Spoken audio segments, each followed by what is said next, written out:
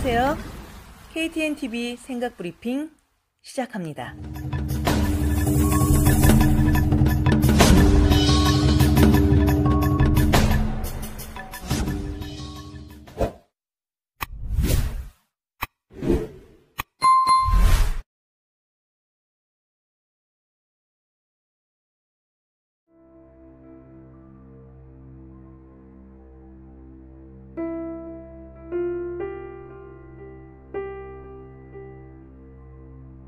약자가 억울하지 않은 세상을 원하시면요, 그 사람들 편에 있는 사람을 뽑아야 됩니다.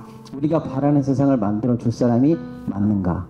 맞다면 그 미래에 함께하는 것까지 오늘 결정할 수 있는 그런 의미 있는 자리가 되지 않을까, 이런 생각을 해봤습니다. 제가 존경하는 정치인인 노무현 대통령께서 옛날에 이런 말씀을 했던 게 제가 기억이 나요. 노조원들 몇천 명을 앞에다 세워놓고 여러분 잘 살고 싶으세요? 그래서 제가 그 연설을 처음 볼 때 그럼 어떻게 해야 되는지 압니까? 그래서 제가 무슨 말을 할까 궁금했어요.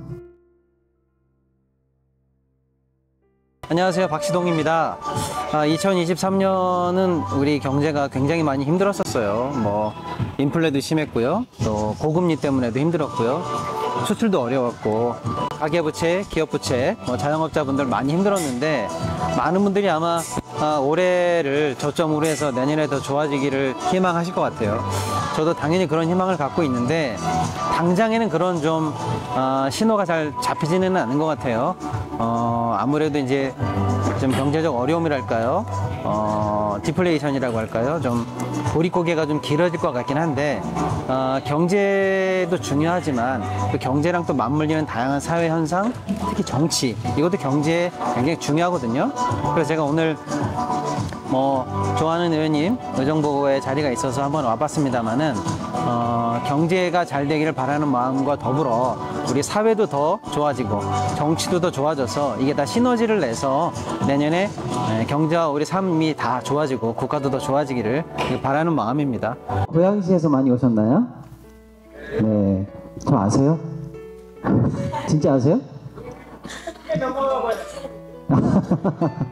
예, 방금 사회자님이 대변인님께서 소개해 주신 대로 고양시에서 여러분들이 선택을 해주셔가지고 3선 시의원을 했었고요. 최근에는 이제 경제에, 원래 제가 의원 하기 전에 했었던 경제적인 어떤 그 전문성을 좀 살려서 여기저기서 이제 경제 평론을 하고 있는 부릉부릉 박시동입니다. 제가 사실은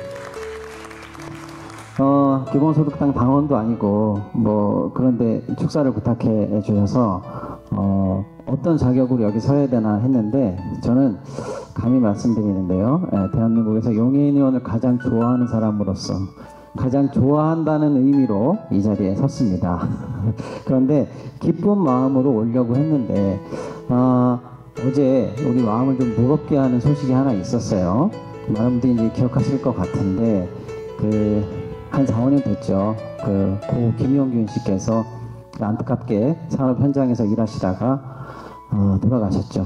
어저께 대법원 판결이 있었는데, 그 원청 대표와 임원들에 대해서 최종적으로 무죄가 나는 판결이 어제 있었습니다. 그래서 판결이 끝나고 법정에서 김용균 씨 어머니께서 한동안 일어나지 못하고 절규하셨다는 그런 보도를 봤습니다.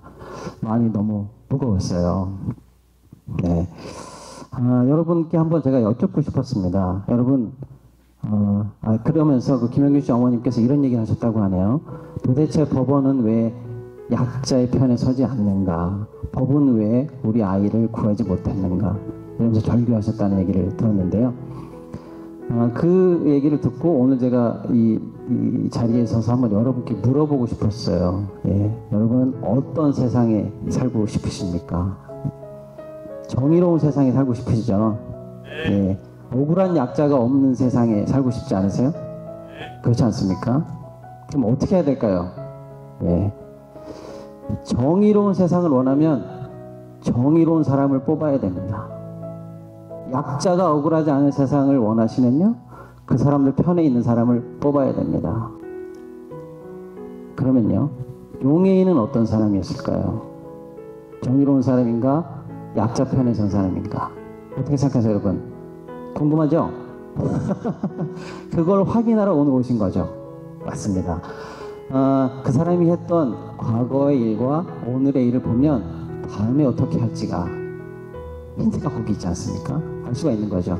용해인이 걸어왔던 일, 우리를 위해서 했던 1년간의 활동들을 보면 우리는 알 수가 있는 거죠. 용해인이 그 다음에 할 일, 용해인이 만들어가고 싶은 세상을 우리는 확인할 수 있는 거죠. 그래서 오늘 그거 확인하러 오신 거죠? 네, 맞습니다. 제가 방금 말씀드린 것처럼 오늘을 확인한다는 건 그러면 또 어떤 의미가 있나 한번 생각해 봤어요. 예. 그래서 만약에 우리가 오늘 이 자리에서 확인을 하는 거예요. 오늘까지 있었던 용해인의 과거와 현재를 알았으면 내일은 이러겠구나라고 우리가 확신을 했다 칩시다. 그럼 우리는요, 내년을 미리 알 수가 있는 거 아니에요? 그죠? 용해인이 올해까지 이렇게 했으니까 내년에 어떻게 할 거라는 걸 우리는 알 수 있죠. 네, 타임머신을 타고 우리는 남들보다 미래를 먼저 보는 사람이 되겠죠. 그러면 우리는 용해인에 대해서 확신할 수가 있는 겁니다. 그러면 용해인 옆에서 내년에 용해인의 어떤 선택에 대해서 우리가 믿음을 갖고 이해하고 지지할 수가 있겠죠. 네, 저는 아마 오늘 그런 의미가 됐으면 좋겠습니다. 우리가 바라는 세상을 만들어 줄 사람이 맞는가? 맞다면 그 미래에 함께하는 것까지 오늘 결정할 수 있는 그런 의미 있는 자리가 되지 않을까 이런 생각을 해봤습니다. 제가 존경하는 정치인인 노무현 대통령께서 옛날에 이런 말씀을 했던 게 제가 기억이 나요.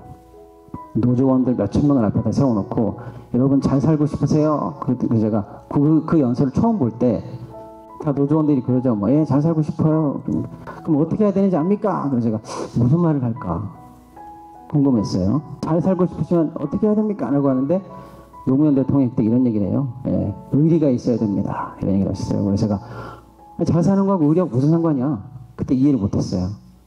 그런데 이제 이해가 됩니다. 제가 이제 지금까지 좀 두서없이 했던 말은 이거예요. 우리가 과거의 용해인을 알고 오늘의 용해인을 알고 미래의 용해인을 확신하러 왔잖아요.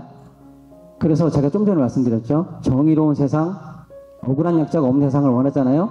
그럼 우리는 용해인하고 의리가 있어야 돼요.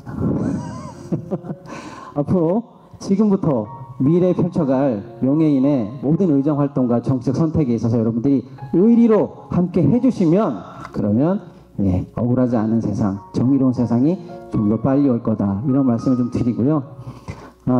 사실 오늘 축하하는 자리이기도 하잖아요. 예, 저는 용해인 의원님이 이제 지역구가 전국이지 않습니까? 예, 그러니까 이 동네 지역구 국회의원은 따로 있지만 용해인 의원 어떻게 보면 저의 국회의원이잖아요. 우리 국민 모두의 국회의원이잖아요. 예, 저는 여러분들이 그 확신을 갖기 위해 좋은 말 이 한마디만 하고 내려가도록 하겠습니다. 용해인 의원은 저의 국회의원으로서 참 좋았습니다. 예, 오늘 자리 축하드리겠습니다. 고맙습니다. 네, 우리 고양시 발전을 위해서 일단은 고양시 시청사가 새로 지어지는데 그게 빨리 정해져야 좀 안정을 찾으실 것 같아요. 행정 시스템도 안정이 될 것 같고 불필요한 논란이 좀 없어져야 시의 행정력이 또 다음 과제인 미래로 나아가는 데 좀 집중될 것 같은데요. 전 의원이기도 했지만 어쨌거나 최근에 이제 경기도에서 의미 있는 결론이 일단 나오긴 했어요. 빨리 이제 시청사 문제가 원한대로 잘 마무리되기를 일단 바라고요. 또 새로운 그 시장님이 보여주시는 비전이 빨리 좀 실사구시적으로 좀 자리에 안착을 해서 시의회와 또 여러 가지 이제 시민 단체라든지 합심을 해서 고양시정이 지금 이제 100만을 넘은 지가 오래됐거든요. 네. 새로운 미래 비전이 필요할 때거든요. 맞아요. 120만을 이제 바라보고 있거든요. 또 창릉 신도시도 이제 곧 앞두고 있기 때문에 새로운 고양이 비전이 빨리 좀 완성이 되고 도시 면모가 좀 달라졌으면 하는 그런 소망이 있네요. 네, 감사합니다.